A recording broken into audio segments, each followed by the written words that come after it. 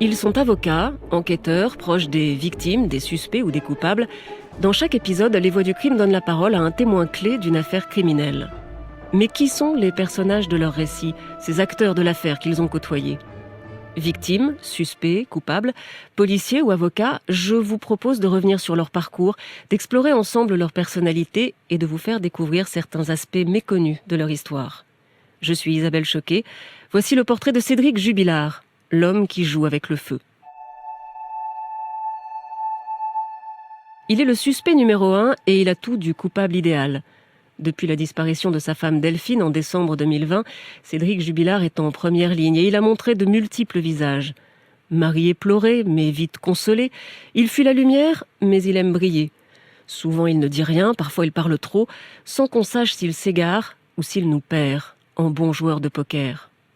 Car Cédric est joueur, le poker avec les copains. Il est bon, car il est loin d'être bête, et il s'est bluffé. À la disparition de Delphine, il a soutenu qu'il ne connaissait pas l'existence de son amant.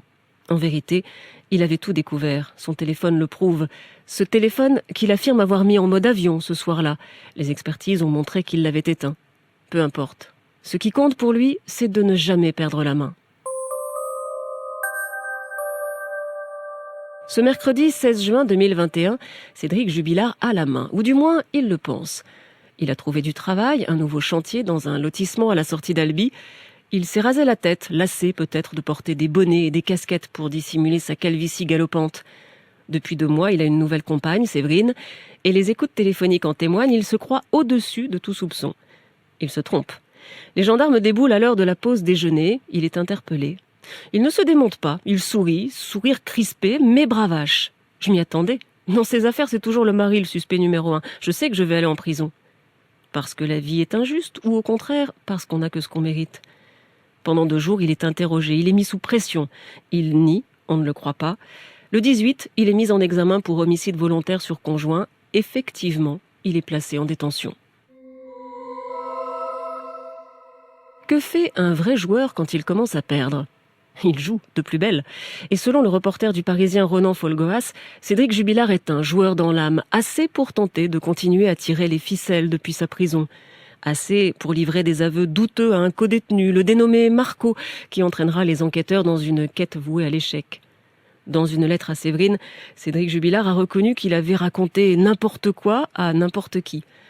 On a l'impression que créer des pistes, peut-être fausses, ça dépasse tout pour lui, dit le journaliste. C'est même plus important que sa défense. Joueur de poker donc, mais pas seulement. Sa vraie passion, ce sont les jeux en ligne.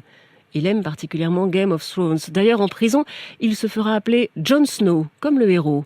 Son héros, sans doute, un fin stratège. Cédric est complètement accro. Chaque jour, il passe beaucoup de temps en ligne sur son téléphone. Ça lui coûte énormément d'argent, plusieurs centaines d'euros par semaine, d'après l'un de ses partenaires. Car ce jeu, c'est un pay-to-win, c'est-à-dire qu'il faut payer des options pour avancer. Je voyais que son personnage avançait très très vite, dit cet ami. Je lui disais « Mais comment tu fais pour trouver tout cet argent ?» Il répondait « C'est pas facile, c'est une vraie addiction, ça me coûte beaucoup, je fais plein de chantiers au black. » Une addiction parmi d'autres. Cédric est aussi consommateur de cannabis, gros consommateur, 10, 20, parfois 25 joints par jour.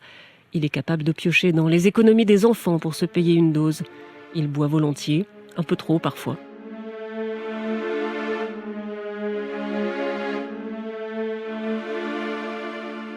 Dans ces conditions, pas étonnant que le peintre plaquiste ait tant de mal à garder un travail. Pas étonnant que la maison des Jubilards reste en chantier et que Delphine lui fasse des reproches. Il le prend mal. Dans son couple, il prend toute la place. Du haut de son 1,65 m, il voudrait toujours avoir le dessus. Pas trace de violence physique, mais il lui parle mal. Et il minimise. J'ai pu la traiter de salope. C'est de l'humour, c'est pas méchant. Son entourage décrit un homme jovial, mais qui démarre au quart de tour. Il dit oui, je crie tout le temps, un bon coup, mais après, c'est fini. Je suis un gueulard. Son avocat le reconnaît. Dans une dispute, il peut avoir le verbe haut. Il l'aime, dit-il, mais il l'aime mal. Au jeu de l'amour, Cédric est moins habile qu'au jeu de hasard.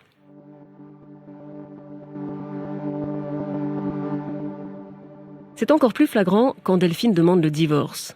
Parce qu'il l'aime, il ne supporte pas de la perdre. Parce qu'il l'aime mal, il se montre jaloux, désagréable. Il la surveille, il va même la géolocaliser.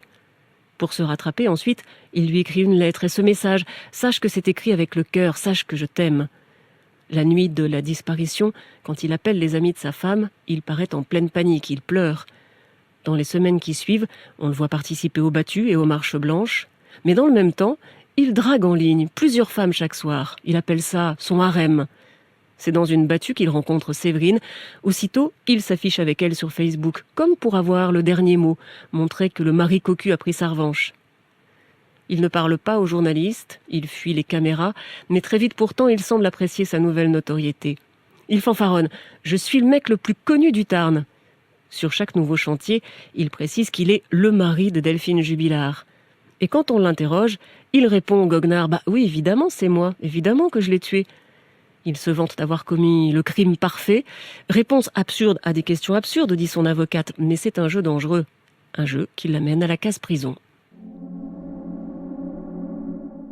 À la maison d'arrêt de Cesse, il décroche du cannabis. Le sevrage est brutal, mais il résiste. Tout se passe dans la tête, dit-il. Il faut se fixer des objectifs, c'est le mental. Il faut garder la tête haute. Garder le contrôle, la maîtrise de soi et des événements, c'est l'un des traits marquants de l'expertise psychiatrique. Cédric Jubilard y est décrit comme égocentrique, très sûr de lui, avec un sentiment de toute puissance. Colérique mais séducteur l'instant d'après, rarement déstabilisé car il a une certaine intelligence des relations, il s'adapte toujours à son interlocuteur. On sent surtout chez lui un sentiment d'échec qui fait écho à sa propre histoire. Une enfance chaotique, trimballée de foyer en foyer, une mère aimante mais pas toujours très présente, un beau-père violent qui ne lui passe rien et un grand-père qui lui passe tout. Ce papy gâteau qu'il adorait est mort en février 2020. Il en parle longuement aux experts.